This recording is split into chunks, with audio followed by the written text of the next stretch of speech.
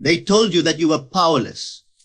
They told you that prayer was pleading, that you must beg, cry, and wait for a distant God to hear you. They made you believe that heaven was somewhere far above the clouds, hidden beyond reach, accessible only through struggle, ritual, and the permission of others. But listen, this is not the truth. The truth is older, deeper, burning like fire in the very marrow of your being. The truth is that God placed his dwelling not in temples of stone, nor in distant skies, but in the secret chambers of your own imagination. You are not a beggar before the throne. You are the heir to it. You are not crawling for scraps of grace. You are the vessel of grace itself, for the kingdom of heaven is within you.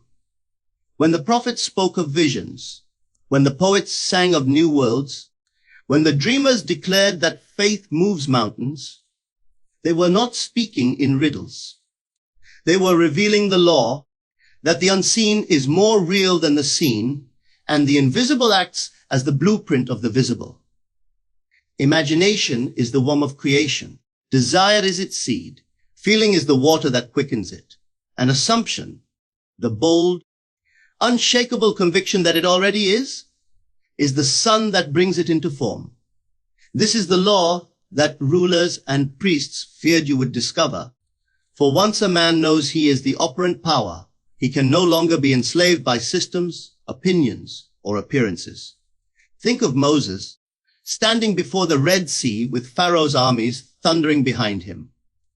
To the eye of flesh, there was no escape. To the reasoning mind, the story was already written: destruction, defeat, death. But the eye of faith does not bow to appearances. The eye of imagination beholds the invisible path where none seems to exist, and so the sea parted. This is not a story of ancient magic. It is a revelation of the Lord, that when you assume the end in faith, reality bends to the shape of that assumption. The waters of impossibility divide, and you walk across on dry land. Consider Joseph, thrown into a pit by his brothers, sold into slavery, falsely accused, chained in prison. To the natural eye, he was a victim of cruel fate. But inwardly, Joseph held a vision. He saw himself exalted, clothed in authority, honored among nations. Though his outer world screamed defeat, his inner conversation declared triumph. And so it was. Every prison door he faced was a stage in the unfolding of his assumption. Every betrayal was a stepping stone toward his enthronement, for the dream that he dared to hold within him was more powerful than the facts against him. The facts bow to faith. The shadows yield to the flame of imagination. But you, today, you live as if bound by the same old chains. You pray with desperation, thinking God is far away. You beg life to change while confessing defeat in your own inner speech. You wait for signs while ignoring the truth that you are the sign. When Jesus said, "Whatever you ask in prayer, believe that you have received it, and it will be yours," he was not teaching empty ritual. He was teaching the law of assumption, that prayer is not begging. It is assuming the wish fulfilled. It is the daring act of entering the end, clothing yourself in the feeling of the answered prayer, and resting there until the unseen crystallizes into the seen. To believe that you already have received, this is the secret. To feel it as though it were done, this is the law. And yet, humanity has twisted this secret for centuries. Instead of teaching you to assume, they taught you to plead. Instead of awakening your imagination, they drugged it with fear. Instead of declaring that you are made in the image of the Creator, they told you to shrink, to crawl, to wait for some distant rescue. But tonight, I tell you, the rescuer is already within you. The voice you await is your own inner conversation.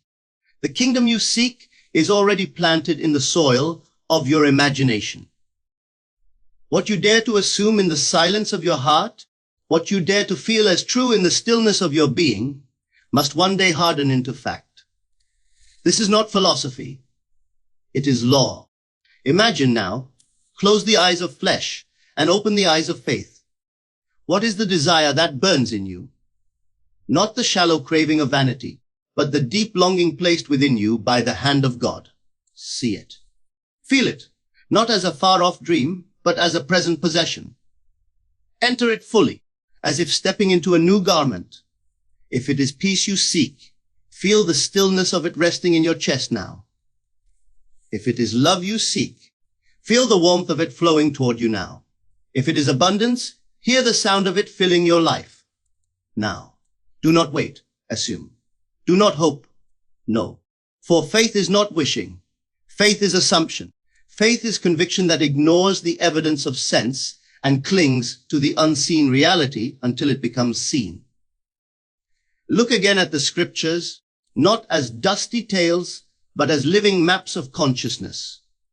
When Jacob wrestled through the night and declared, "I will not let you go until you bless me," he was not wrestling with an angel of flesh and bone. He was wrestling with his own inner state. And when dawn broke, he emerged with a new name, Israel, one who prevails with God. This is the battle of faith, not against men, not against fate, but against the doubts, fears, and appearances that war within. And the victory comes when you refuse to release your assumption, when you cling to the end until it blesses you with form. The poets knew it. Blake cried, "Imagination is not a state. It is the very existence itself." Shakespeare whispered through his characters that we are such stuff as dreams are made on. And still today, science begins to echo the same truth, that the observer shapes the observed, that thought bends matter, that belief alters biology. All the streams converge to one ocean. You are the operant power. Not chance, not fate, not external decree, but you. Your faith, your assumption, your imagination. And so the question is not, will it come to pass? The question is, what will you dare to assume? You have been taught to measure life by appearances, to let the outer dictate the inner. You see lack, and you confess lack. You feel loneliness, and you speak loneliness. You behold sickness, and you accept sickness as your portion. But hear me, this is the great reversal. The outer is not the cause. It is the effect. The shadow does not move the body moves the shadow. And in the same way, the world you see is only the shadow cast by the state you occupy within. If you remain in the state of lack, you will forever chase abundance while confessing poverty. If you remain in the state of fear, you will forever chase peace while attracting turmoil. If you remain in the state of longing, you will forever chase love while affirming its absence. But if you dare to shift the inner state, the outer must follow. This is not imagination as fantasy. It is imagination as causation. Live in the end, Neville declared, to live in the end is to take up residence, now in the state of the fulfilled desire. To dwell there so completely that it becomes your home, your address in consciousness, your resting place of thought. This is the prayer that is never denied, the prayer of assumption. Do you see why Jesus declared, when you pray, believe that you have received it. Not that you will receive, not that you may receive, but that you already have. This is the holy audacity of faith. To feel what the senses deny, to live from the end as though it were present, to hold fast to the unseen as though it were more solid than stone. And yet, some of you still hesitate. You whisper, but what if I am only imagining? And I tell you, you are always imagining. Every fear, every worry, every inner conversation is imagination clothed with feeling. You are imagining lack when you rehearse the story of defeat. You are imagining delay when you constantly speak of waiting. You are imagining rejection when you replay the memory of being cast aside. Do you not see? Imagination is not a tool you use occasionally. It is the fabric of consciousness itself, the ceaseless activity of your own mind. The only choice is whether you imagine unconsciously in fear or deliberately in faith. Look at your inner speech, for it is the silent architect of your fate. When you lie in bed at night, what words echo in the chambers of your mind? When you walk alone, what dialogues repeat themselves beneath your breath? These conversations are not idle. They are seeds. They are the blueprint of your tomorrow. If your inner voice speaks of weakness, your outer life will mirror it. If your inner voice rehearses rejection, your outer world will supply it. But if your inner voice sings of strength, victory, and love, then life must unfold in harmony with that melody. Let the weak say, I am strong. Why? Because by declaring strength within, you assume strength as your portion. The inner word becomes flesh, the unseen becomes seen. Persist. This is the commandment of faith. For the word will test your conviction. Appearances will mock you. Facts will rise like giants to intimidate you. But remember, Goliath falls to the shepherd boy who believes. The Red Sea yields to the prophet who assumes. The prison door opens for the dreamer who holds fast to his vision. Faith is persistence in assumption. Do not waver when nothing appears to change. Do not retreat when the evidence denies you. Do not abandon the end because the beginning looks hostile. Persist. Hold the state until it hardens into fact. Just as the seed buried in the soil is invisible yet inevitable, so your assumption may be hidden, but cannot be denied if you persist. And when life delivers moments you regret, when memories rise to haunt you, when past mistakes seem to chain you, remember this sacred gift, the power of revision. For imagination not only creates the future, it redeems the past. Close your eyes and return in memory to that scene of pain. Do not surrender to it as it was. Rewrite it. See it as you wish it had been. Feel the new outcome as though it were always true. Replace the sorrow with joy, the betrayal with loyalty, the failure with triumph, and persist in this revised memory until it sinks into the subconscious. Then watch as the threads of your life reweave themselves around this new pattern. Watch as old relationships heal, as old wounds lose their sting, as chains of the past dissolve in the light of the present assumption. Time itself bends before imagination. This is why Scripture declares, be transformed by the renewing of your mind. For transformation does not come by willpower or struggle. It comes by renewal of imagination, by assuming a new state and dwelling in it until it reshapes the world. And so the call is not to strive, but to surrender, not to beg, but to assume, not to wait for proof, but to rest in conviction. Rest, yes. For when the inner work is complete, the outer follows with ease. When the seed is planted, you need not dig the soil every hour to check its growth. You rest, knowing the harvest is certain. Faith is rest in the unseen. Assumption is Sabbath for the soul. Do you feel it now? The stirring within you. That subtle yet undeniable knowing that the life you long for is already yours in seed form. That the desire in your heart is not mockery, but prophecy. You would not hunger for it unless it were already prepared for you. You would not long for it unless it already existed in the unseen. Desire is the voice of destiny calling you. Desire is the whisper of God declaring what is already yours. Do not resist it. Do not call it impossible. Receive it. Assume it. Live in the end of it. For too long, humanity has lived as though imagination were weakness, as though faith were naivety, as though assumption were delusion. But I tell you, the greatest leaders, prophets, inventors, and saints all lived by this law. Abraham counted the stars and saw nations. Joseph dreamed of glory in the pit. David declared victory before the battle. And Christ, standing before the tomb of Lazarus, gave thanks before the miracle appeared. All were living in the end. All were assuming the wish fulfilled. All were walking by faith, not by sight. So tonight, Let this truth burn within you. You are the operant power. Your imagination is the instrument of creation. Your assumption is the seed of reality. What you dare to feel as true within, you will one day see without. You have been told to wait for signs, to look for confirmation in the shifting sands of circumstance. But the signs you wait for will not appear until you first assume. For life is not a mirror that moves before you smile.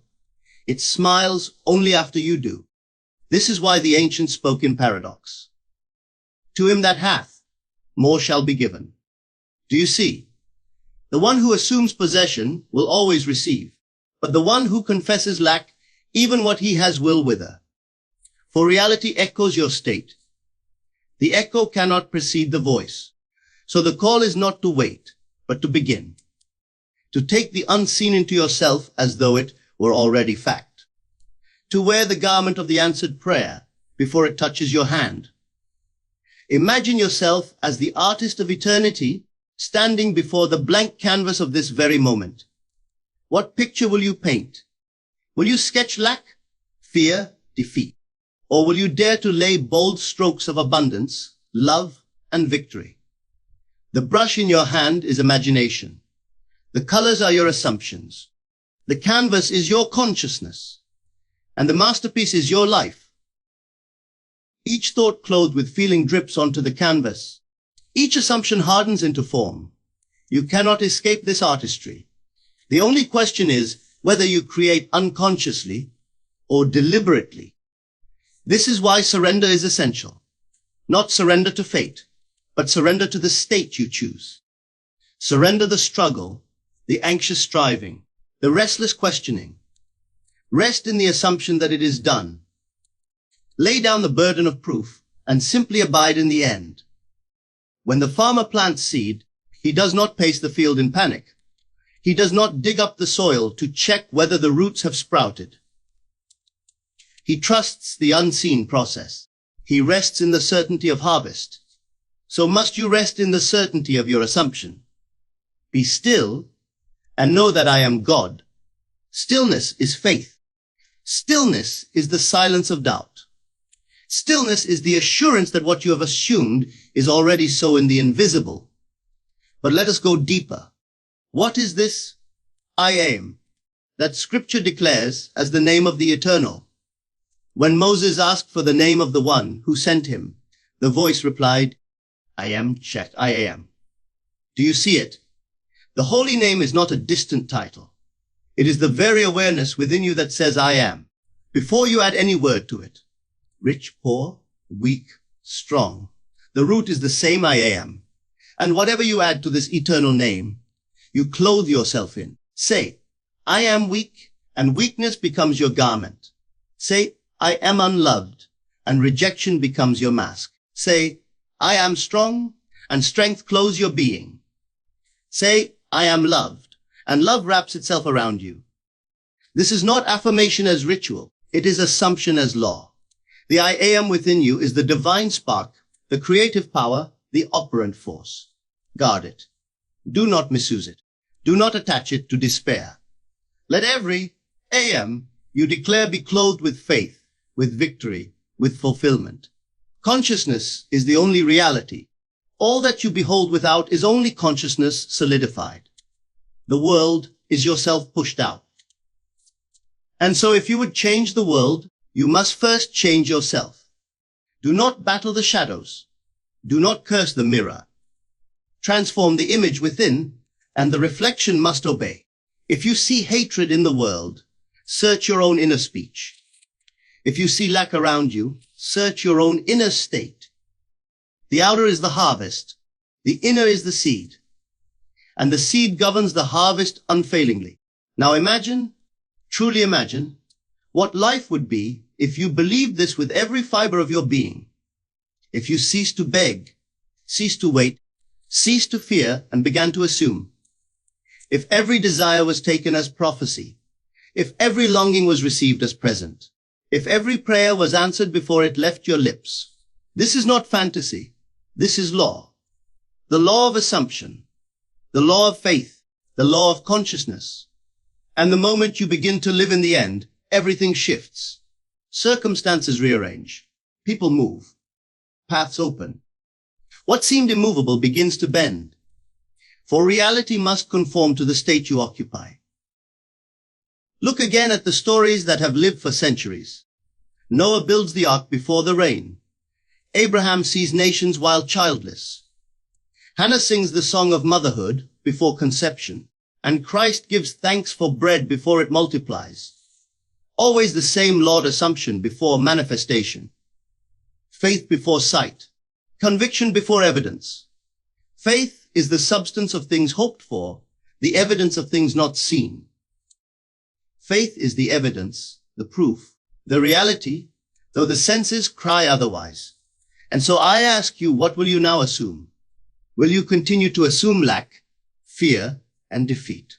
Or will you clothe yourself in the end of the fulfilled desire? For here is the great mystery. You already are what you seek. You chase peace, not knowing that peace lies within you, awaiting recognition. You chase love, not knowing that love is your essence, awaiting assumption. You chase abundance, not knowing that abundance flows from the infinite I am within. The journey is not to acquire, but to awaken. Not to reach, but to remember. Not to become, but to assume that you already are. When the prodigal son returned, the father did not wait to make him worthy. He clothed him instantly in robe and ring, declaring him already restored. So it is with you. The moment you assume the state, you are clothed in it. Worthiness is not earned, it is assumed. Listen, the world you see today is the shadow of yesterday's assumptions. The world you will see tomorrow is the shadow of today's. So do not curse the present. It is but the harvest of past seeds. Plant anew, and tomorrow will sing a different song. The inner work is the only work. The outer is nothing but echo. And so I whisper to you now, as one standing on holy ground, stop begging, stop doubting, stop waiting. Enter the end boldly. Assume the wish fulfilled. Live in it now, in imagination, in faith, in feeling. And it must unfold in time. You are not a victim of circumstance. You are not the pawn of fate. You are the operant power, the child of the eternal I am, the dreamer in whom creation stirs. Assume, and it is done. Persist, and it hardens into fact. For the kingdom is within you. The throne is within you. The power is within you. And the voice that declares, "Let there be light," is the same voice whispering in you even now, "I am." You may not realize it, but the whole of life is calling you to awaken. Every desire you feel is not random, it is a summons. Every longing of the heart is a signal, a whisper from the unseen, reminding you of who you are. Desire is not your enemy. Desire is prophecy.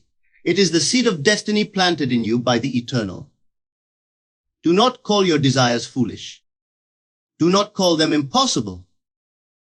Do not shrink them to the size of your doubts. For if the infinite has placed the longing within you, it is because the fulfillment already exists in the unseen. Desire is God's map, pointing you to the treasure that is already yours. And how do you claim it? Not by begging, not by waiting, not by bargaining, but by assumption. By stepping into the end with boldness and saying, "It is done. I am what I seek. I live from the wish fulfilled." The test of life is persistence. To stand firm in your assumption while appearances mock you, while facts contradict you, while everything screams impossible. A faith is not fragile. Faith is fierce. Faith is a lion that rests though storms rage. Faith is Noah building when the skies are clear. Faith is Abraham counting the stars though his arms are empty. Faith is Hannah singing though her womb is barren. Faith is Christ declaring Lazarus alive though the tomb is sealed. This is the faith that moves mountains. The faith that assumes, persists, and refuses to yield to sight. Do not think the journey is without resistance. The moment you assume, the old state cries out, clinging for survival.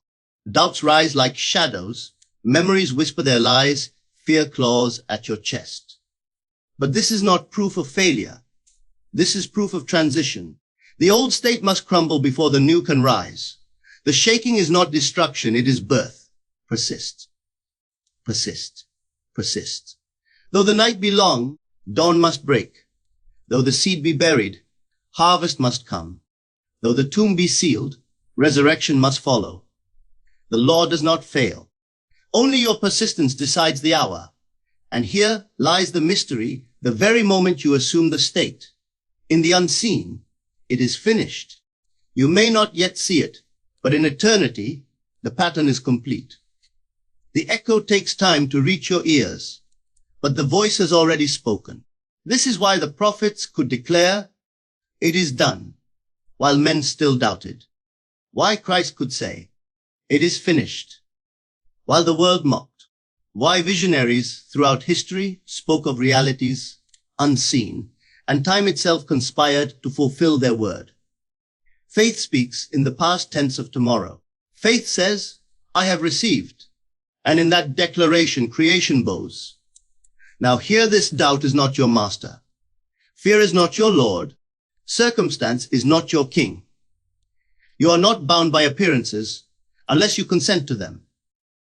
For nothing has power over you but your assumption. You can assume bondage and be bound, or assume freedom and walk free.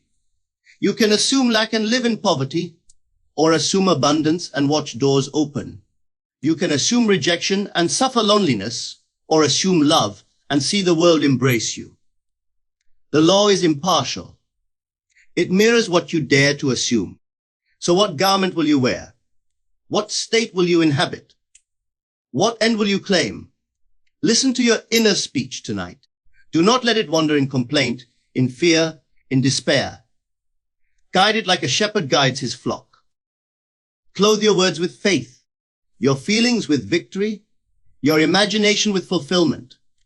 For your inner speech is the prayer that never ceases, and your assumption is the destiny that never sleeps. If you wish to know your future, listen to what you say when no one hears. Feel what you feel when no one sees. These whispers are the architects of tomorrow. Change them, and you change everything. Do not be deceived into waiting for the world to confirm you. The world will not move until you do. The mirror will not smile until you smile first. So rise, assume. Step into the end now without proof, without evidence, without fear. And you will see how swiftly the unseen bends into the scene. Remember the widow who placed her last coin into the treasury.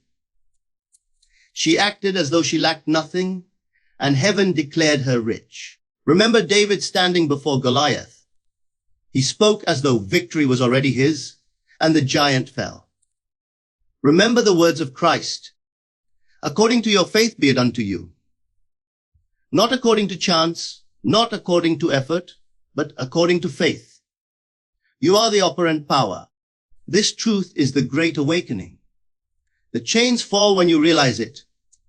The begging ends when you accept it. The fear dissolves when you embody it.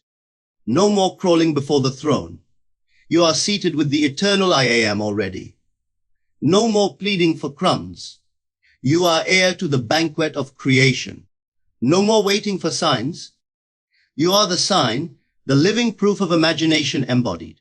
The voice within you, the voice that whispers, I am, is the very breath of the Creator. And when you attach your faith to that, I am, creation itself must obey.